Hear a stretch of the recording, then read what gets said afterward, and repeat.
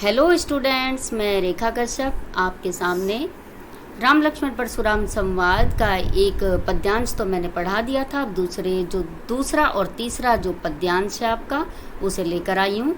तो अभी इससे पिछली वीडियो में राम लक्ष्मण परशुराम संवाद के बारे में तुलसीदास जी का जो है वो परिचय दे दिया था, और राम लक्ष्मण परशुराम संवाद का जो पहला पद्यांश है उसकी आपको व्याख्या करवा दी गई थी। और इसमें जो राम जी हैं, परशुराम जी हैं और लक्ष्मण जी का संवाद भी आपको बता दिया था। तो अब आपके सामने ये दूसरा पैरा लेकर मैं आई हूँ, और फिर तीसरा भी पद्यांश आपके सामने होगा स्क्रीन पर। बच्चों, आप देख सकते हैं। तो जैसा कि आपको पता था कि प्रसंग वही होगा कि प्रस्तुत पद्यांश, प्रस्तुत पंक्तियां हमारी हिंदी की पाठ्य पुस्तक क्षितिज भाग 2 से ली गई हैं, और इसके रचयिता जो हैं तुलसीदास जी हैं। और ये जो प्रसंग है राम लक्ष्मण परशुराम संवाद कविता से लिया गया है, जो कि बालखंड रामचरितमानस से लिया गया है। तो बच्चों, आपको प्रसंग जरूर आना चाहिए। और अब आपकी स्क्रीन पर दिखाई दे रही होगी दूसरा जो पद्यांश है रामचरितमानस कविता का, उसकी व्याख्या देखें। लखन कहा हंसी हमरे जाना, सुनहु देव सब धनुष समाना। तो जब परशुराम जी क्रोधित हो रहे थे जो धनुष के टूट जाने पर, तो लक्ष्मण जी को हंसी आती है, और लक्ष्मण जी हंसते हुए कहते हैं कि सुनहु देव सब धनुष समाना, कि हम तो सभी, हे देव, हम तो सभी धनुष को एक समान समझते हैं। का छति लाभ जून धनु तोरे, देखा राम नयन के भोरे। और लक्ष्मण जी कहते हैं कि हे मुनि, क्या तो क्षति होती है और क्या लाभ, धनुष के टूटने से क्या तो लाभ हुआ और क्या हानि, हमें तो ये समझ में ही नहीं आया। हमारे राम जी ने तो केवल उन्हें आंख भरकर, नयन के भोरे, आंख भरकर तनिक देखा ही था। छुअत टूट रघुपति ना दोसु, और केवल छुआ था, और केवल छूने से ही वो टूट गया। तो इसमें हमारे रघुपति जी का तो कोई दोष है ही नहीं। मुनि बिनु काज करिए कतरोसु, और हे मुनि, आप तो बिना काज अर्थात कार्य अर्थात कारण के रोसु क्रोध कर रहे हो। बोले चिते परसु की ओरा, रे सठ सुनहु स्वभाव न मोरा। तो परशुराम अपने फरसे की ओर देखते हुए, परसु की ओरा, फरसे की ओर, बोले चिते, चित्त लगाते हुए, ध्यान लगाते हुए, देखते हुए बोले, रे सठ, रे मूर्ख, सुनहु स्वभाव न मोरा, कि लगता है तूने मेरे स्वभाव के बारे में सुना ही नहीं है। इसमें परशुराम जी लक्ष्मण जी से कह रहे हैं कि हे मूर्ख, लगता है तूने मेरे स्वभाव के बारे में तो अभी तक सुना ही नहीं है। बालक बोली बंधु नहीं तो ही, केवल मुनि जड़ जाने मोही। और हे मूर्ख, मैं तुझे बालक समझ रहा हूँ, बंधु नहीं तो ही, बंधु यानी वध, इसीलिए मैं तेरा वध नहीं कर रहा हूँ। केवल मुनि जड़ जाने मोही, और तूने मुझे केवल एक मुनि, जो सामान्य मुनि, वो जाना है। बाल ब्रह्मचारी अति कोही, मैं बहुत बड़ा बाल ब्रह्मचारी हूँ। विश्व विदित क्षत्रिय कुलद्रोही, विश्व विदित अर्थात विदित का मतलब जानना, विश्व संसार, पूरा संसार जानता है। परशुराम जी कहते हैं कि मैं बाल ब्रह्मचारी हूँ, और पूरा संसार जानता है कि क्षत्रिय कुलद्रोही, कि मैं क्षत्रियों के कुल का बहुत बड़ा शत्रु हूँ। भुजबल भूमि भूप बिनु कीन्ही, विपुल बार वही देवन दीनी। भुजबल अपनी भुजाओं के बल पर, भूमि अर्थात धरती, भूप राजा, बिनु कीन्ही। परशुराम जी कहते हैं कि मैंने अपनी भुजाओं के बल पर राजाओं से बहुत अधिक बार भूमि को छीना है। विपुल बार और अनेक बार महीदेव अर्थात ब्राह्मण, और अनेक बार ब्राह्मणों को दी है।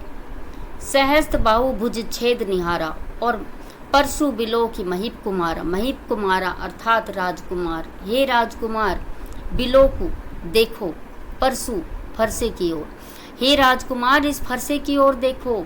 सहस्त्र बाहु भुज छेद निहारा, छेद निहारा अर्थात काट डालना।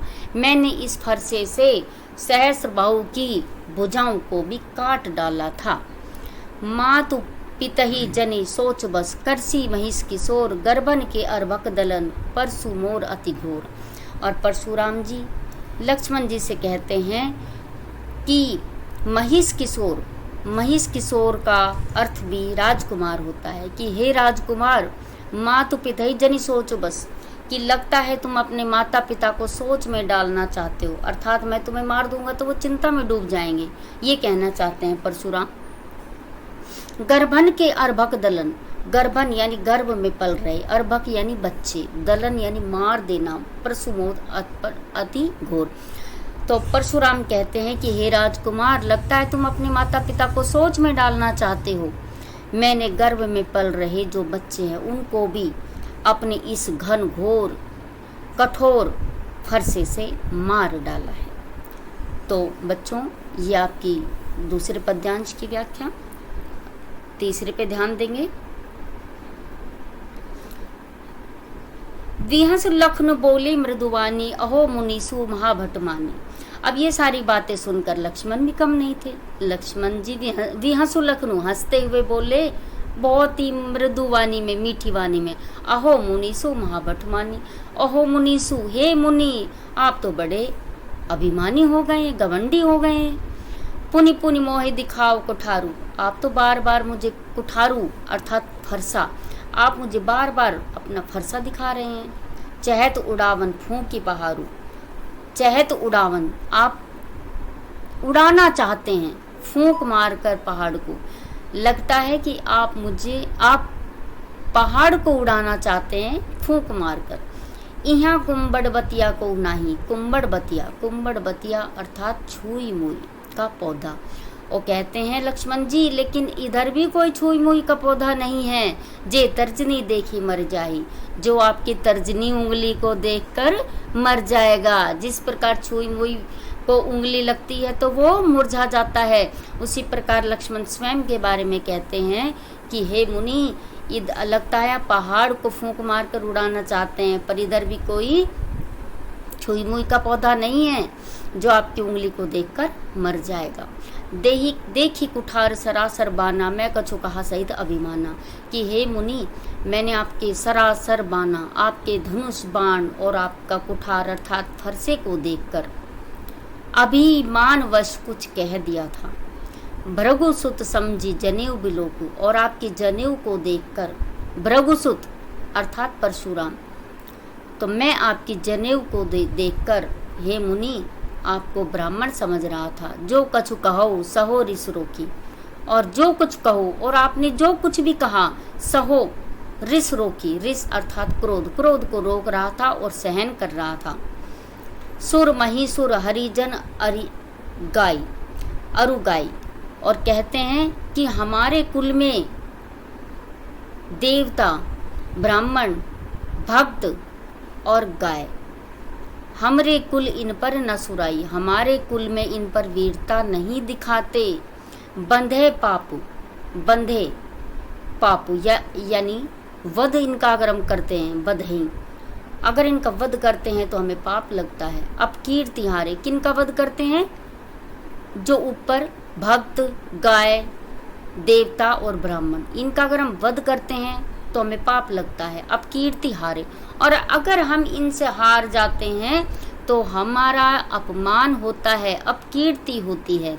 मारता हूँ पापरिय तुम्हारा, हे मुनि, आप अगर मुझे मारेंगे तो भी मैं आपके मारता हूँ, यानी आप मार देंगे, पाप परिय तुम्हारे, तो मैं तुम्हारे पैरों में ही पड़ूंगा। कोटि कुलिस समवचनु तुम्हारा, लक्ष्मण जी कहते हैं कि हे मुनि, कोटि कुलिस करोड़ों वज्रों, कोटि अर्थात करोड़ों, कुलिस अर्थात वज्र, वज्र बहुत कठोर होता है। तो लक्ष्मण जी इसीलिए कहते हैं कि जो तुम्हारे जो वचन है अर्थात तुम जो बोलते हो, तुम्हारे वचन है वह कठोरों वज्रों के समान है, करोड़ों वज्रों के समान कठोर हैं। व्यर्थ धरो धनु बाण कुठारा, और आपने तो व्यर्थ में ही धनुष, बाण और कुल्हाड़े को धारण कर रखा है, अर्थात इनकी आवश्यकता आपको है ही नहीं, आपके तो वचन ही इतने कठोर हैं।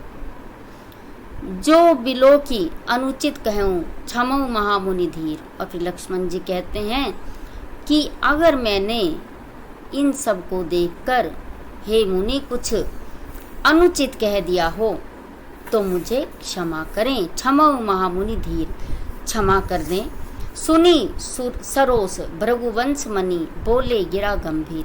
और ये सारी बातें लक्ष्मण जी की सुनकर भृगुवंश मणि अर्थात परशुराम गंभीर होकर क्रोधित होते हुए बोले। तो बच्चों, ये आपकी जो राम लक्ष्मण परशुराम कविता थी, ये इसकी व्याख्या थी। और मैं इसका थोड़ा बहुत आपको काव्य सौंदर्य भी बताऊंगी। बच्चों, काव्य सौंदर्य के रूप में कुछ पंक्तियां इस प्रकार हैं, जैसे आप लिख सकते हैं, और ये पूरी कविता में ही हर पद में लिख सकते हैं कि इस पद में दोहा, चौपाई, छंदों का बड़ा सुंदर प्रयोग किया गया था। शांत रस, वीर रस और रौद्र रस का प्रयोग किया गया है। अलंकारों में अनुप्रास अलंकार, उपमा अलंकार भी था इसमें, पुनरुक्ति, प्रकाश अलंकार, अतिशोक्ति अलंकार आदि का सफल प्रयोग है।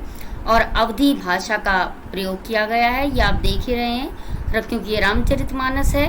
और संवाद शैली का प्रयोग किया गया है। तो ये आपका काव्य सौंदर्य के रूप में आप लिख सकते हैं। Thank you.